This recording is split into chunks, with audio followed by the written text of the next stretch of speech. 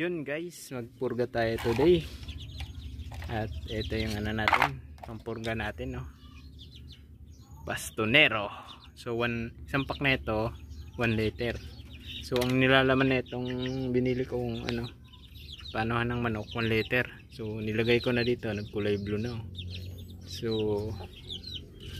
ito, haluin ko lang ng ano para maging ano, maghalo. So ito yung gamit ko. So yung description nito, yun, no? May description din sa likod, yun, no? Okay, itong gamit ko sa manok ko. At takpan natin para makainom.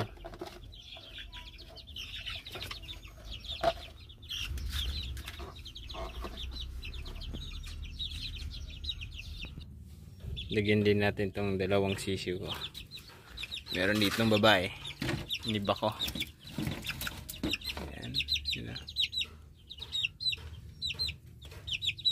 Dalawa yan sila. Nilagay ko dito kasi inaaway doon sa taas. So iba, lagyan ko nito.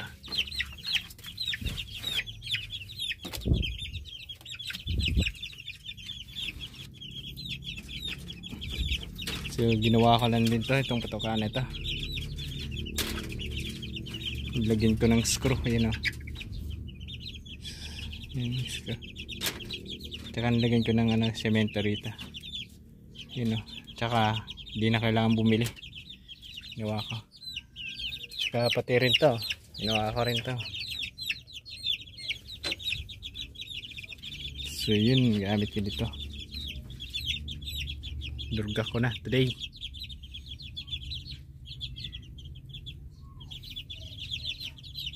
Siguro maganda na ito sabit dito para hindi matapon. So kuha mo na akong panali.